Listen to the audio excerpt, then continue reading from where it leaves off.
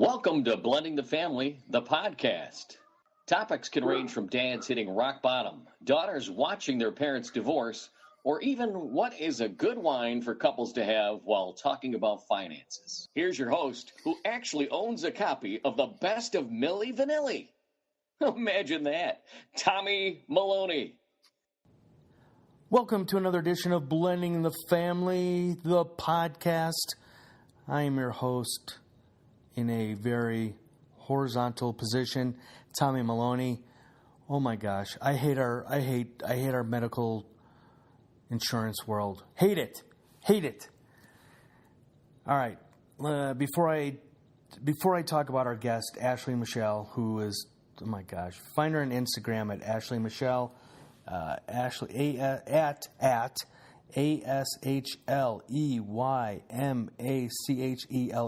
They will be in the show notes. Check her out. She is a ball of energy, very positive, and we'll let me get into my rant real quick first. I did something to my back, and because of that, I cannot sit in a car and drive to my frickin' day job, which that's okay. I'm a solopreneur, and I know a lot of you are solopreneurs, and we have to do what we have to do to build a business, including having to have a day job. Nothing wrong with that, but I am getting more work done being laid up than I have in months, and that's why I'm super excited about being able to do additional little podcasts for you. And you don't have to thank me. Just send me a virtual hug, and I'll be happy. Okay? So I'm on the couch today. I've been bouncing between the bed and the couch, and I'm waiting today because I was at the doctor's office on Friday, urgent care on Thursday. Well, I was at physical therapy, and my physical therapist, Dr. Jill, said, you got to get to urgent care. They pumped me up with some muscle relaxers. Went to the doctor Friday. We'll be in contact with you Monday. And still no contact. This sucks. Oh well. Moving on. Let's have some fun, okay? As I said, on this episode, we have Ashley Machele. She's a certified step family life coach, co-parenting resource, blended family lifestyle blogger. Like I said, you can find her on Instagram because I think that's where I found her, or she found me. But she's a ball of energy. Let me pull up her bio real quick. After experiencing a high conflict divorce and intense custody battle, Ashley has become an advocate for blended families. Yeah, love it. She is a certified life coach who specializes in helping step families find joy through their trials. She believes that happiness is found by balancing our mental, physical, wink, wink, and emotional well-being. Her comprehensive programs incorporate all aspects of life as she encourages her clients to find hope in the midst of adversity. Ashley has a story.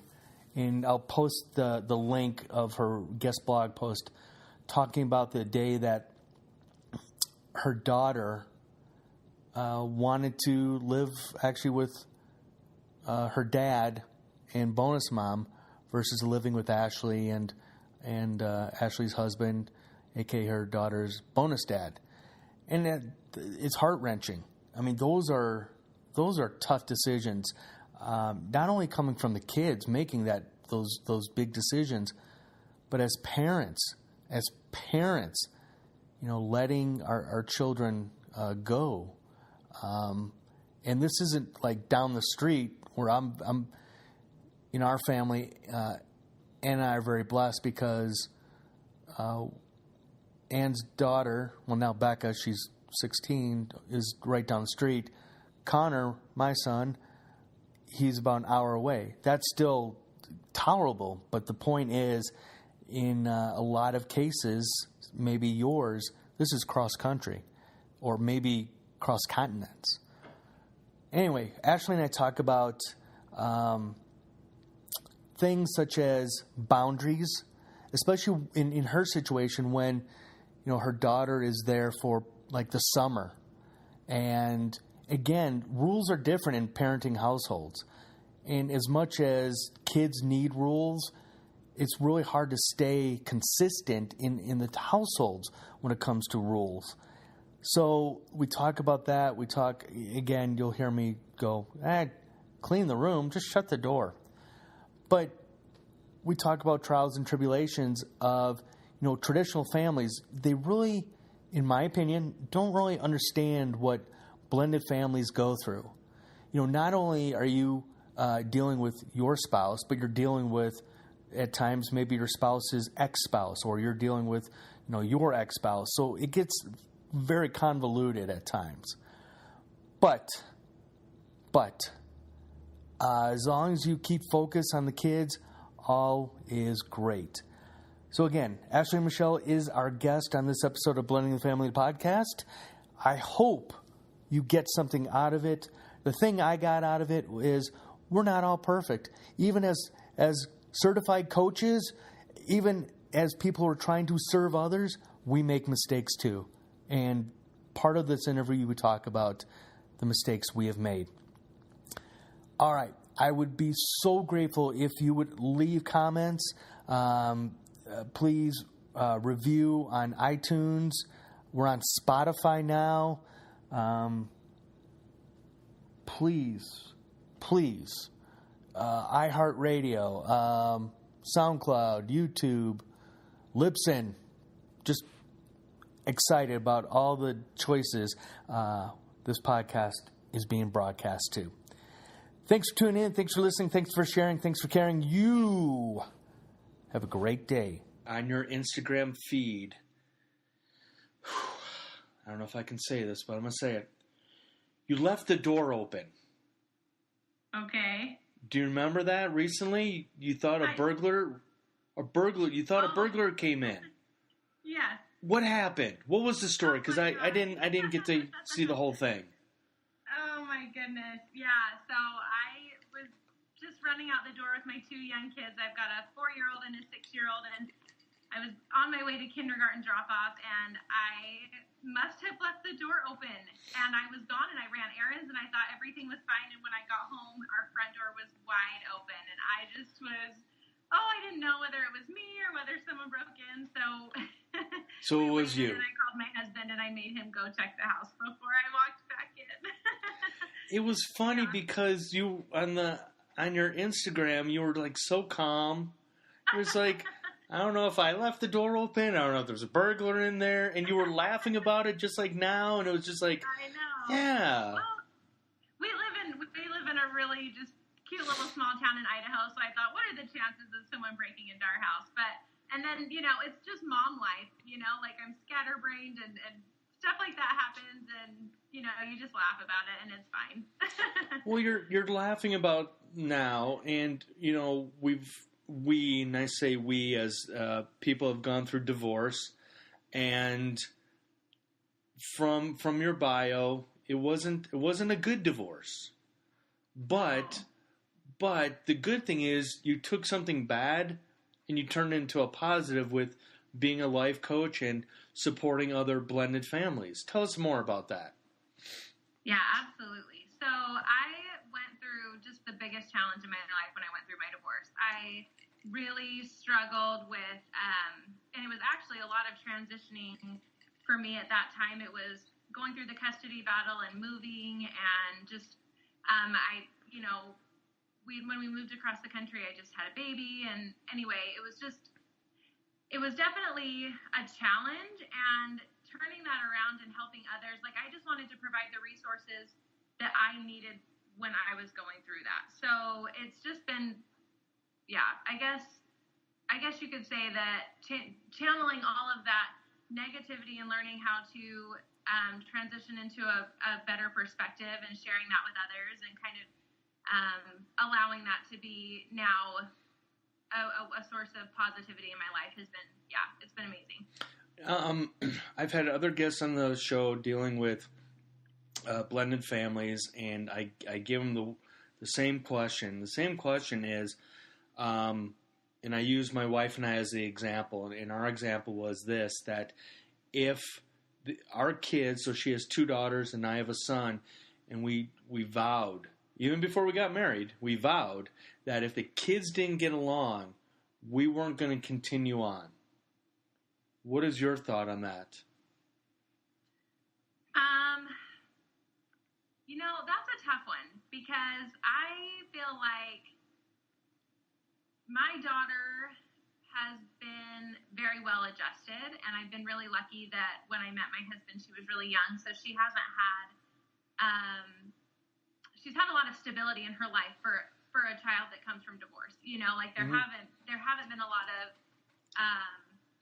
I guess, transitions for her. So to me, obviously she comes first, and she came first when I made the decision to marry my husband, and he, recognizes that as a responsibility, and it comes with the territory.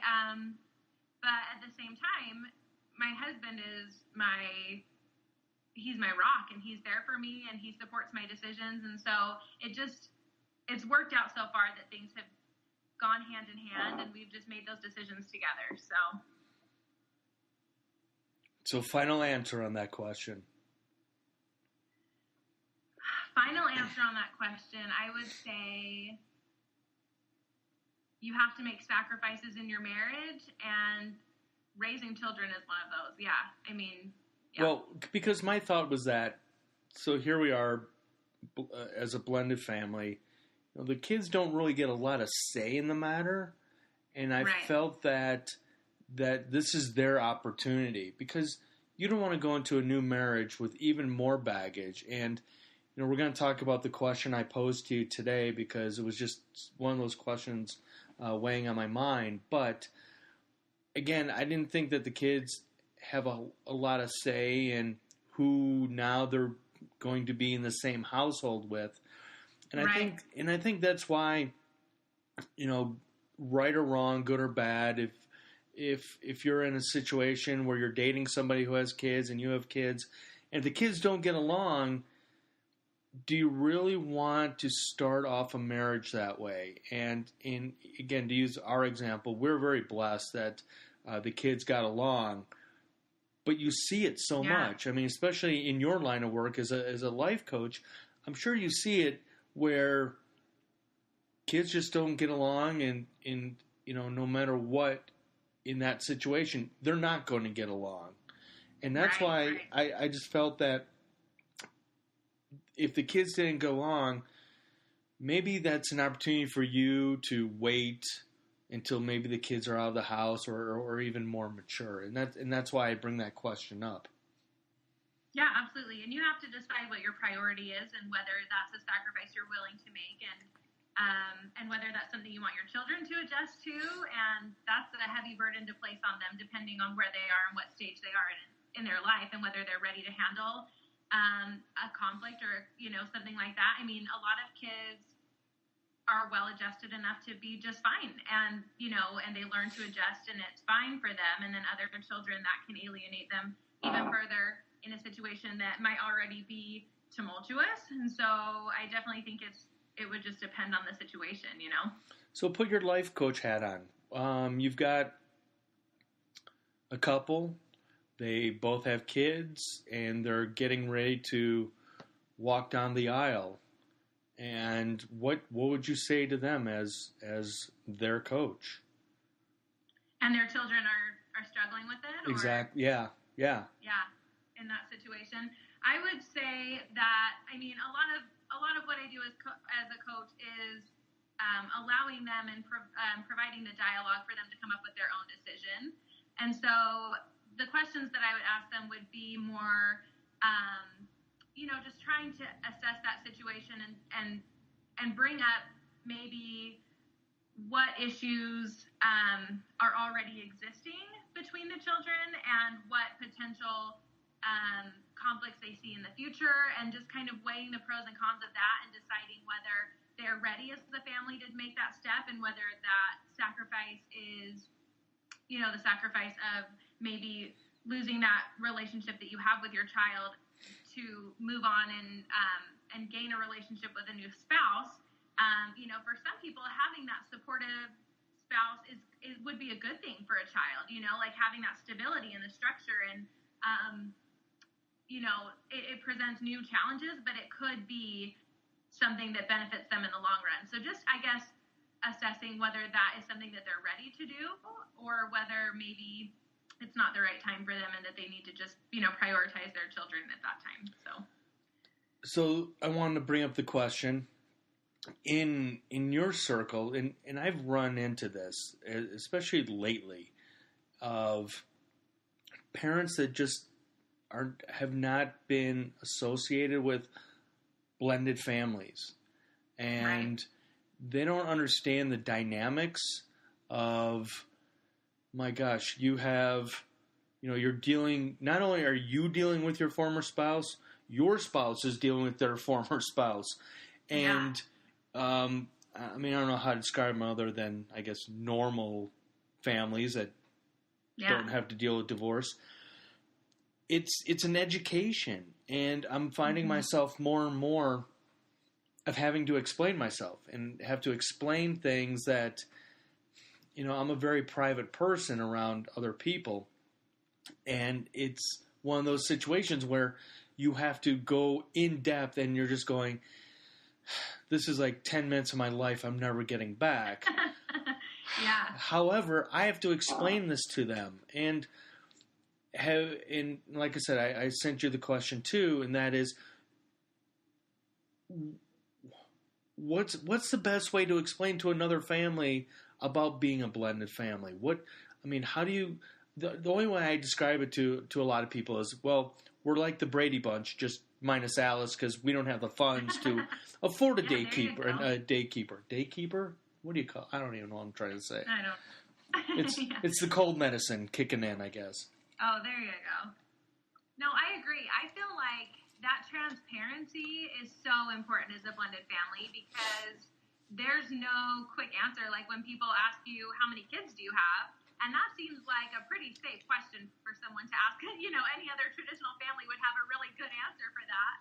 And I kind of joke about it, because we have, you know, like the national average is 2.5 kids, and that's what we have. We've got 2.5. I mean, we love her to death, but we hit that number right on the money. But and just being prepared and ready for that. And I don't think people expect, when they ask you that question, for you to go into this, you know, this long dialogue. But I feel like I have to explain myself, because my little girl lives with her dad, and so automatically that raises a lot of questions. I'm a mom, and so, you know, typically children live with the mother, and, you know, I kind of feel like I have to explain myself, and that we were the ones who allowed her to make that decision, and that, you know, I still have primary placement of her, and it's just this long drawn out conversation that I end up having. And, you know, I don't tire of it. I love talking about it, and I feel like that's probably something that needs to happen more often. And it's a conversation that we have to be comfortable having as blended families, because traditional families don't always understand that dynamic. And, you know, explaining it shouldn't be a source of, you know, it should be easy for us to talk about. It shouldn't be like, you know, so taboo, I guess, because it's so common. And I think everyone knows someone that's a blended family or a step family, or somehow you're connected with someone going through that situation. So it's easy to relate to once you actually open up and have that dialogue. You know, you just said something that very profound, in my opinion. I think was very profound, Ashley, and that is, do you feel that blended families are now becoming the norm more than traditional households? Oh yeah, absolutely. I think that more often than not, anyone that I talk to knows someone or is in a blended family at some point in their life, or at some way or another. It's a cousin, it's a, you know, it's a relative, it's a friend, it's a close a neighbor, someone close to them, they know. And so whether it affects them or not personally, they know someone personally that's affected by it. Does that make sense? Oh yeah. I mean, in my opinion, it's somewhat obvious, because, you know, if you look at United States divorce rate, and let's just say 50%. Well, if people are getting remarried, Yeah. chances are somebody's got kids. Somebody's going to be becoming a blended family. Yeah. All right, so one of the other things that we did when we first became a family was we tried to take out the word step. And part of the reason why is, me personally, I never liked the word step. And somewhere down the road, I found the word bonus. Mm-hmm. What is your opinion on the word step?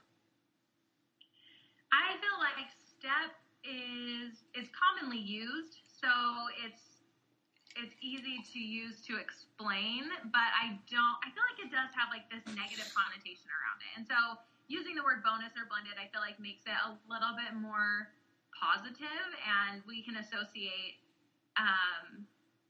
like a different feeling when you say we're a blended family or a bonus family rather than, a step family. So I choose not to use that word very often, but you do have to in some situations. I feel like it's appropriate only because it is a descriptive word that, that describes what your family is. It is, it's pretty common, But do you feel, because, talking about the kids and somebody Right. says, hey, Ashley, how many kids do you have? right. Because when I meet new people and they say, oh, how many kids do you have? I say 3. How long have you Right. been married? 5 years. Well, how old are the kids? 21, Yeah. 16, and 15. And they give you that weird look going, Yeah. but you've only been married for 5 years. And that's where we have to now educate them and go, all right, we're Right. a blended family, yada, yada, yada. Yeah. I agree. I feel like when my daughter was really young when my husband and I got married. So there was never a stepdaughter relationship with them. Mm-hmm. I mean, I was separated for over a year when I met my now husband. And so my little girl was 2. She was young, and her dad hadn't seen her that entire time. So she didn't have a dad to relate to. She didn't have really a transition between dad, stepdad. I mean, it was always mom, and then my husband became dad, and then dad came back into the picture, and then dad got married. So, and now she lives with her, so she's mom too. So it kind of just naturally happened, and we've never used that label of stepdaughter, stepmom, stepdad. And even when I'm trying to describe them, I say her other family or her other mom, just because I feel like out of respect, like they are her other family. There's no half about it. Like she's got 2 families, and we both love her just as much.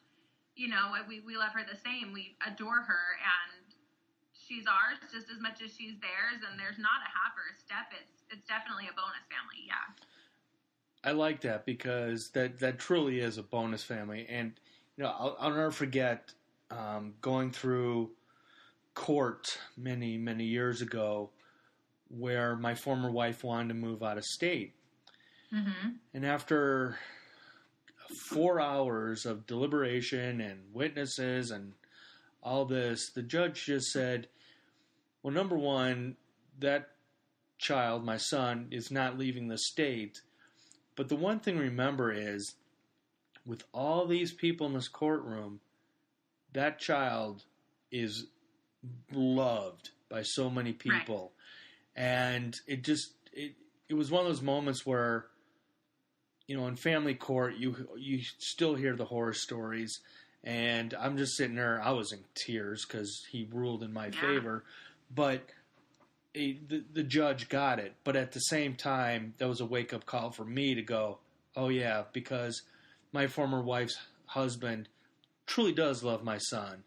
And that's the bonus right there. That's the blessing right there, that there is no, again, the typical stepdad, evil stepdad picture in that scenario. So I think a lot of times where, you get divorced and you want to, wish evil on your former spouse, but the bottom line is it's all about the kids. It is. And I think a lot of times, especially in the world of co-parenting, and I say I'm guilty of it as much as anybody because I had a judge tell me I need to work on my co-parenting. Yeah. So therefore, the judge knows, right. and that's where we do sometimes forget that it is about the kids, and again, being honored that another so-called family still loves our kids, no matter good or bad. Absolutely.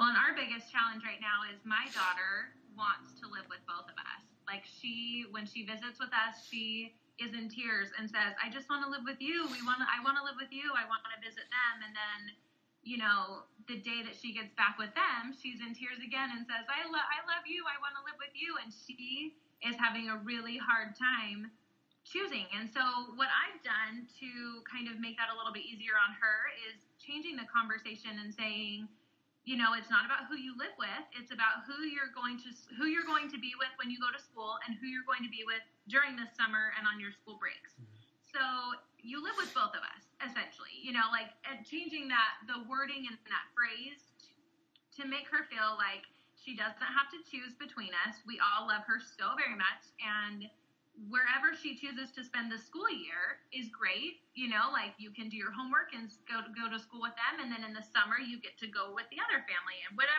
however you choose to do which way, whether it's us or them, wherever you go to school. I mean, we try to make it sound like it's either way is perfectly fine, however she chooses. And it's not, oh, I live with my mom or I live with my dad. It's, because she loves us both and she wants to be with both of us as much as possible, but we live in Idaho and they live in Florida, so this is the best it's going to be. Well, and the best thing you can do is what you're already doing is putting the positive spin on it. Right. I'll never forget, my son, excuse me, whoa, getting choked up here. Let me grab some more Sprite. Yeah, there you go. I remember one Christmas, he was all excited. He goes, I feel really lucky. I'm like, why? He goes, I get more than one Christmas. I'm like, yeah, that's true. But he put a positive spin on it when I'm just going, I hate the holidays because I remember when my parents were divorced and having to be bounced around from one house to another house to, one side of the family to another. And it's just like, I just want to play with my Legos. Just leave me alone. Let me go play with my Legos, and that's it.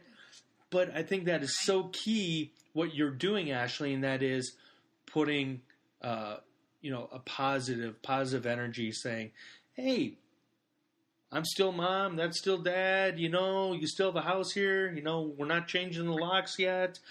Maybe when you're 18, Yeah, there you go. But that is the key. It's actually been a really fun, because she lived with us and she went to school with us, and we have rules, and we have, she has bedtime and she has to do homework, and we did that with her, and now she lives with her dad and they have all the rules. So when I get to go visit her, it is a fun girls trip, and I get to take her bowling and roller skating and shopping and to the movies, and having that quality time with her really changed the dynamic in our relationship. And so I'm grateful for both. I would absolutely love for her to live with us and for us to be, not to live with us, but to be with us during the school year and to enforce, those positive behaviors and everything. But it's a great compromise too, being able to have her just for the holidays and just over the summer when we can take her and have fun with her. It's been a really cool experience to kind of have that side of parenting, and I mean, obviously we still have rules when she comes over here, but it's different and it's fun and it's exciting when she comes over, and it's not the everyday monotonous wake up, go to school, do your homework, go to bed, so we're lucky to have her over the summer and on the breaks. Let's talk about rules, because that's one of the hardest things that I've witnessed with kids is that, one parent's rules are X and then the other parent's rules are X, and for example, one household, their bedrooms have to be immaculate. The other household's like, we'll just close the door. It's fine. Yeah. How do you handle rules? So I'm like you. I don't think we co-parent very well on this because we are pretty strict with rules around our house. And when I FaceTime and I see her room over there and she's got all of her toys, and I just think, oh, well, it's different. It's different for her when she goes over there. And it's funny because some feedback that she gives her stepmom after coming home from our house is that she doesn't like that we have rules and that we have screen time, allotted. And she doesn't like that I make her wear dresses and braid her hair. It's a good thing you don't have a son. It's not something that we haven't had that conversation with her other family. The only thing I have to say about that is it works. It works when she's with us, and I do get a little bit of pushback from her, but she understands that we have, 2 young kids, ages 4 and 6, that they have rules and our home has rules, and this is how it goes when you're here. So she understands that, and it's fine, and it works right now. And maybe, the teenage years come around, and maybe we have to address that again when the time comes. But as far as it goes right now, it's been fine having 2 different sets of rules at each house. But all right, I'm going to give you the answer for the teenage years. Okay, let's hear it. Because our oldest one, she's in college, so right. she's one of those. She's an A personality. She's a neat freak, so I never had to worry about her. The other 2 we call the Wonder Twins because the other 2 could really be brother and sister, other than the fact that my son has brown eyes and my bonus daughter Becca has blue eyes. They look alike. Oh, uh-huh. So here we are, and you might want to write this down, Ashley. Here's how you solve, for example, the messy room. Yeah. With teenagers. You ready? Yes. Close the door. Thank you. Yeah. Just let it go because... Pick your battles. Yeah. And you're right, because I'll walk into the kids' rooms and I'll look at it and I'm going... Right. This is a mess. And it's really funny because before I got remarried, my townhome, I was a neat freak. And I've never really been a neat freak until I'm like, oh my gosh, I own this place. This is mine. Yeah. I made my bed every day. Every day I made my bed. My son, on the weekends together, he made his bed every day. And I still make the bed. Well, my... work-wise has changed, so now it's my wife that makes the bed every day because I was making the bed every day, and she's... There you go. Yeah, she's not into it as much, but I am. And I'm telling you, Ashley, just some days just close the door, don't worry about it. Unless there's, like, food underneath the beds. And, right. Yeah, there you go. Do you have a dog? No, we don't. Oh, see, that's why you should have a dog. Because you get one. Yeah. You can go find the food. So that's my recommendation. You close the door and get a dog. Awesome. All right. Yeah. So we're talking rules. But you said your daughter gives you pushback. What kind of pushback does she give you when she is seeing you? She gets, how kids just get that look on their face that they're just kind of pouting and a little bit frustrated. It's not verbal yet, but you can tell she gives you the stink eye, and you know what she's thinking, and she's kind of mad at you. But, that's all really so far. But, one thing that was kind of frustrating was when she was with us this summer, she called or was texting her stepmom on her cell phone, which we had limited time with, and it was turned off, and we kind of made sure that she wasn't on it. And so... one of the times that she was texting, I just kind of asked what was she talking about and, read over her shoulder, which I know that's probably not the best thing, but she was lying about what was going on at our house and to her stepmom and saying how much she hated it and she didn't want to be with us and just making up things that it wasn't happening, like she said that we were gone overnight and left her alone and all of these, really terrible things that she was saying. And so and I couldn't really tell if it was because she wanted that positive attention from her other mom or whether it was because, I feel like she was having a great time at our house and she never really gave me any sort of, signs that she was having a bad time. So I was surprised to see that. But the way that her other mom handled it was she didn't talk to me about it, which was what I was kind of frustrated about. She went to my daughter and said, "Oh, I wish I could just come and pick you up, and you should just come and end your summer shorten your summer break and everything." And so I had to have that conversation then with her other mom, and I just said, "Look, we can't do this. You can't put her in the middle of this." And the more that you fuel that fire with her, the more she's going to lie and the more she's going to make up these terrible things about us, which aren't happening. So I would just appreciate it if she does text you something like that to come to me about it first before you, have that conversation with her. So that's something that we've just struggled with a little bit, is that co-parenting, conversation that's not being had that really needs to happen before she gets involved with. Yeah, and again, it kind of goes back to, traditional families. Yes, they have to deal with some kind of texting issue, but with blended families, your scenario right there, your perfect example is that here's your daughter texting her other mom when you're right there, and then the communication doesn't go between the two adults. Right. That's hard because it goes, in my opinion, boundaries and setting up boundaries, because you're 100% right. That's not a conversation that in this situation your daughter needs to be in the middle of. That's between the two adults. And I see, a lot of this is where we the general we is that we put the kids in the middle, and when we shouldn't, when the easier way is to put the kids in the middle versus having those tough conversations. Right. Well, because, of course, her other mom loves to hear that she's having a terrible time. Exactly. In her house, yeah.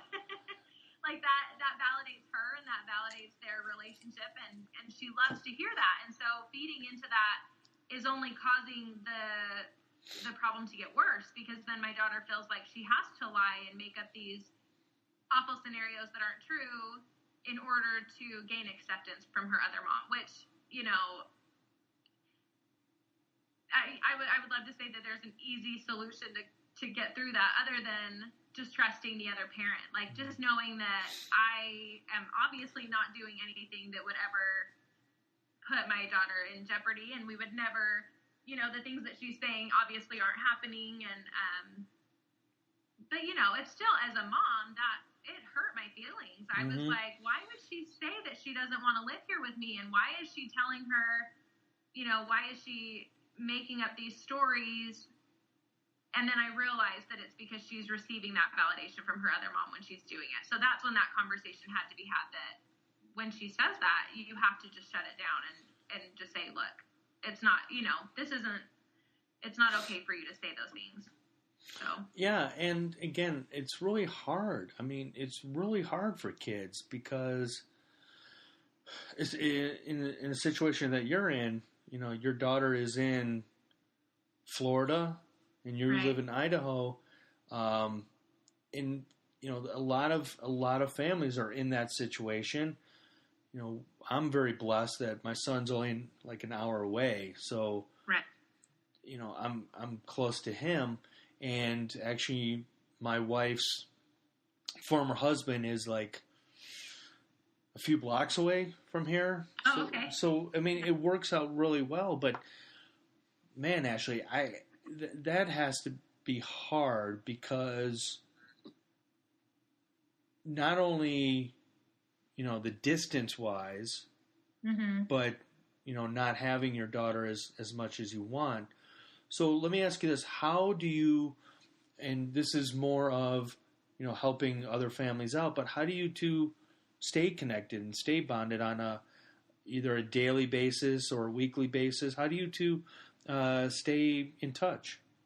So I absolutely love to FaceTime her, and we do a FaceTime Friday. It's just our consistent, every Friday we FaceTime, and that's our standing date. She knows that that's when we get to talk, and in between, I try to get a hold of her, and I know schedules are kind of crazy and hard to communicate that way, but I send her little packages every so often, and it was a lot easier when she had a cell phone for a while, and I could just send her texts every night, and then all of a sudden those stopped going through, and her other mom said that something happened with their cell phone plan, and anyway, so we're kind of still working through that, allowing her to have a phone, but the one that we bought for her doesn't have data or games or anything like that.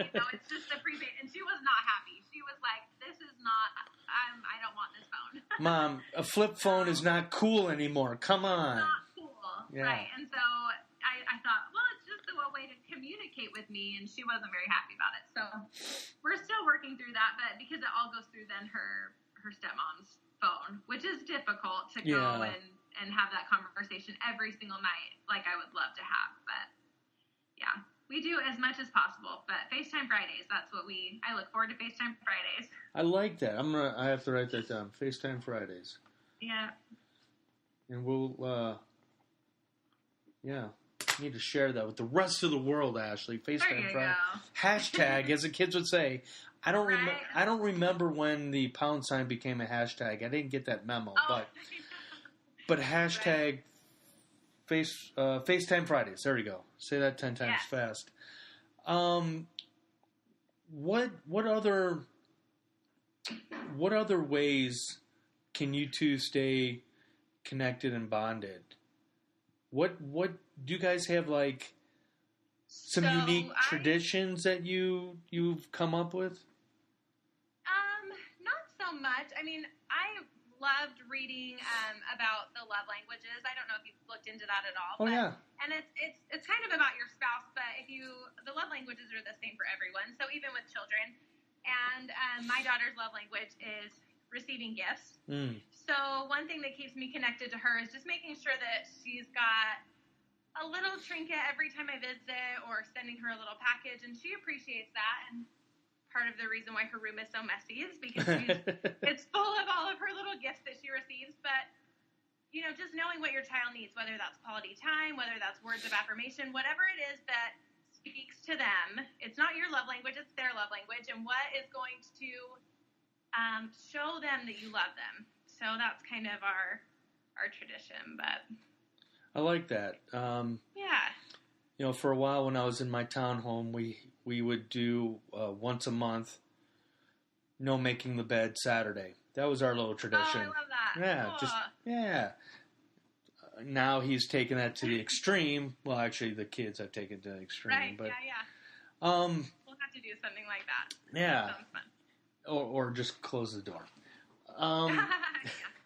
So what advice can you give? Because this is not in my space, but what advice can you give, Ashley, to other parents who are in a similar situation with you, where you're in one state and the kids are in another state, as far as letting them know you're just thinking about them, letting them know that you're going to see them, and maybe how do they know about consistency, that this isn't the last time I'm going to see mom or dad? Right.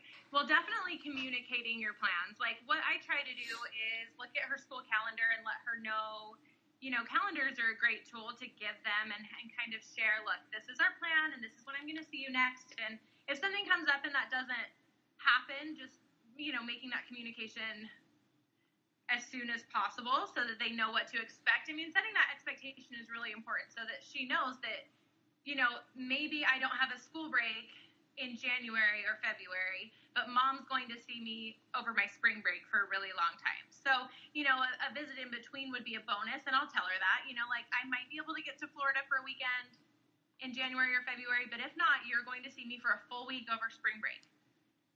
So that way, at least she knows 100% and following through with that and making sure that it's a consistent, conversation that you're having. So. Right.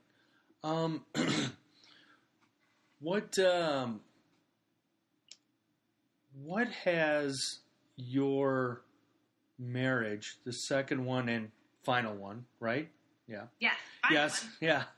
What has this taught you about marriage? And where I'm going with this is, for me, I didn't want to get married again. I didn't think I was going to get married again. Right. I kid with my wife Ann saying that, it's on our first date, we had a coffee date, and I told her I was a hermit. I love being a hermit, and I'm with you. Yeah. What have you learned from one marriage to the other marriage? So my first marriage, I was very young, and I was pregnant before I was married, and so I was pressured into kind of making that decision, and just kind of was thrown into it as a, for better or for worse, you need to work this out kind of thing. So when it didn't work out, I just really went through a selfish time where I needed to figure out what I wanted and who I was and be the best mom that I could be just for my daughter and not even think about dating or moving on. And of course, I met my husband right in the middle of that. And it was amazing how it all fell into place. And it was so obvious to me that he was the one I was supposed to be with. And it's kind of funny. So when I was younger, I was like 12 years old, and I made this perfect guy list. Every single quality that I wanted in a guy, and it was like probably 10 pages front and back. It was very detailed. He was going to be a lawyer and drive a black truck with brown hair and brown eyes and be 6 foot tall, and all of these detailed qualities. And when I hit my teenage years and started dating, I threw it away because I thought, there's no way this guy exists. And everyone that I dated was totally opposite from my list. Nothing like what I wanted and nothing like the standard that I had set for myself initially. And so when I met my husband, he was, 6'3" and going to law school and driving a black truck and brown hair and brown eyes. And I manifested him from, I don't even know.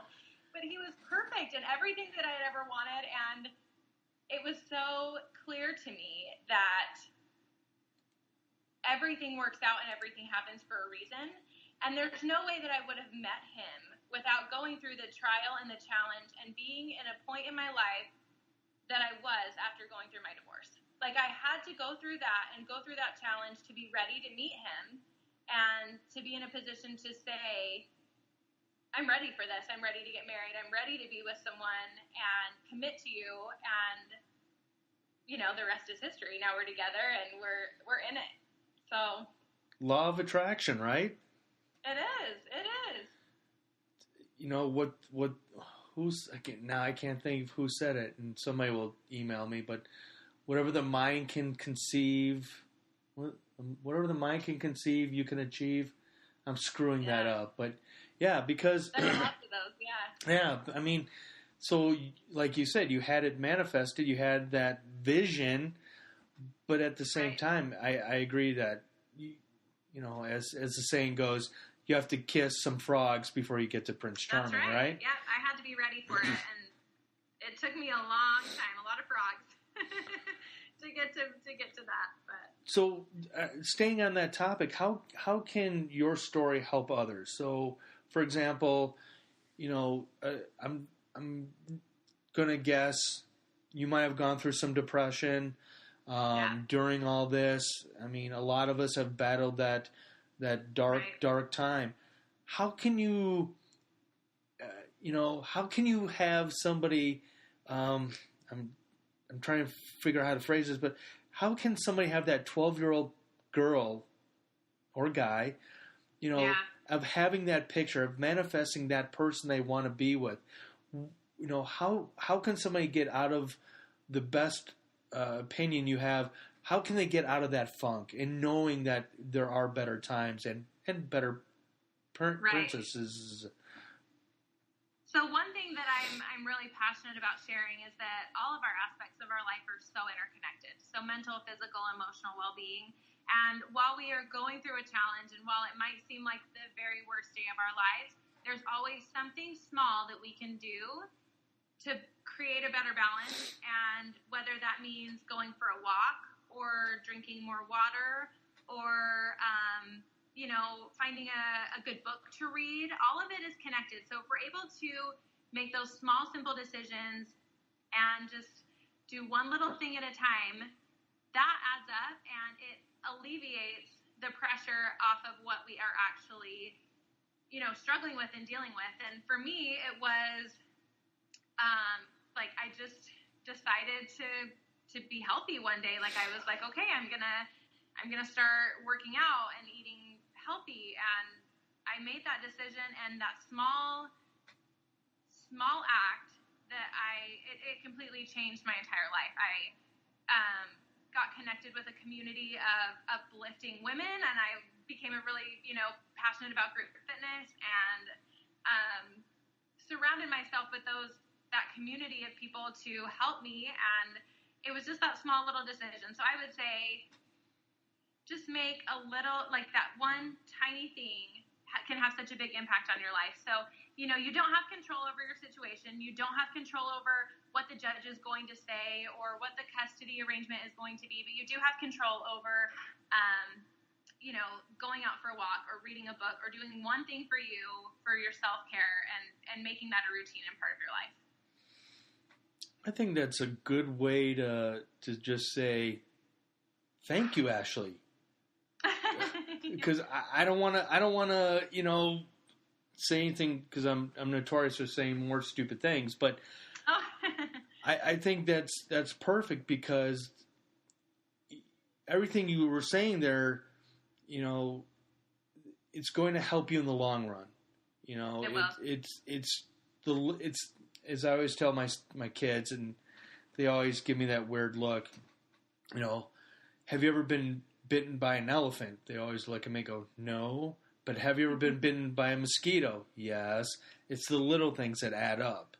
And right. Like you were saying, drinking more water, reading a good book, getting fit, those things are just going to be such a major impact. And at the same time, you're becoming even more of an influencer on your kids as well, that they're not seeing, mom and dad in the corner with a, bottle of whiskey going, right. My life sucks, and things like that. But they see that even in tough times, that you as a parent can handle those things because you're trying to do positive, good things in the long run. Absolutely.